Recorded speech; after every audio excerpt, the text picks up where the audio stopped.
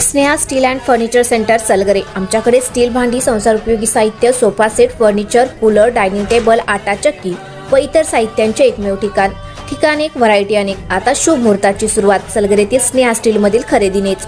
वाजवी दर, सजवा फर्निचरने तुमचे घर। सर्व साहित्यावर बजाज फायनान्सची खास सोय उपलब्ध। स्टील भांड्यांना 5 वर्षे गॅरंटी, तर फर्निचर साहित्यास किडवाळीपासून लाईफ टाइम वॉरंटी। खात्रीशीर खरेदीसाठी मिरज पूर्व भागातील एकमेव ठिकाण Sneha steel and furniture centre Salgare. आमचा पत्ता रवींद्र वस्त्रनिकेतन शेजारी सलगरे। संपर्क 90 96 25 91 38। प्रत्येक बातमीतील घटनेच्या वास्तविकतेची तुलना थेट पाहत रहा चांगली अपडेट। पायप्पाची वाडी येथे पंचलिंग देवाच्या यात्रेनिमित्त दरवर्षी विविध सांस्कृतिक व क्रीडा उपक्रमांचे आयोजन करण्यात येते। याच पार्श्वभूमीवर यंदा गावातील तरुणांच्या पुढाकारातून पायप्पाची वाडी प्रीमियर लीग PPL क्रिकेट स्पर्धेचे दुसऱ्या वर्षीही उत्साहात आयोजन करण्यात आले। गावातील युवकांनी एकत्र येत नियोजनबद्ध पद्धतीने ही स्पर्धा पार पाडली असून संपूर्ण गावात क्रीडामय वातावरण निर्माण झाले होते। या स्पर्धेत एकूण 4 संघांनी सहभाग नोंदवला होता।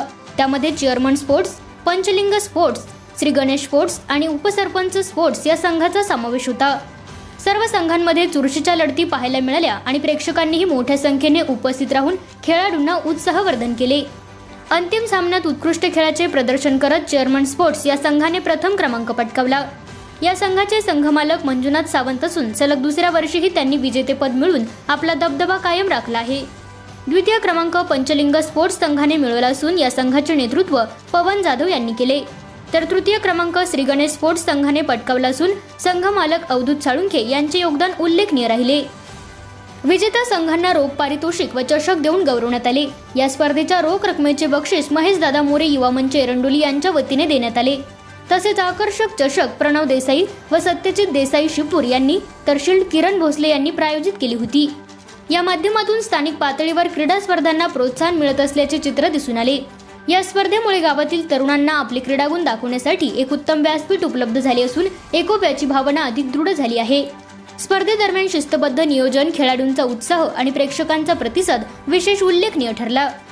स्पर्धेच्या समारोप प्रसंगी उमेशदादा मोरे, प्रणव देसाई शिपूर, पंडू चौगुले, सरपंच दीपक सावंत, माजी चेअरमन मंजुनाथ सावंत, माजी उपसरपंच निवृत्ती सावंत, अमित भोसले, युवराज कांबळे महावितरण अधिकारी, महेश सावंत सर, महादेव जाधव, अमोल चव्हाण, इंद्रजित सावंत, अभिजित जाधव, प्रदीप भोसले, आदर्श पाटील, उदय सावंत आदी मान्यवर उपस्थित होते। त्यांच्या उपस्थितीमुळे स्पर्धेची शोभा अधिकच वाढली होती।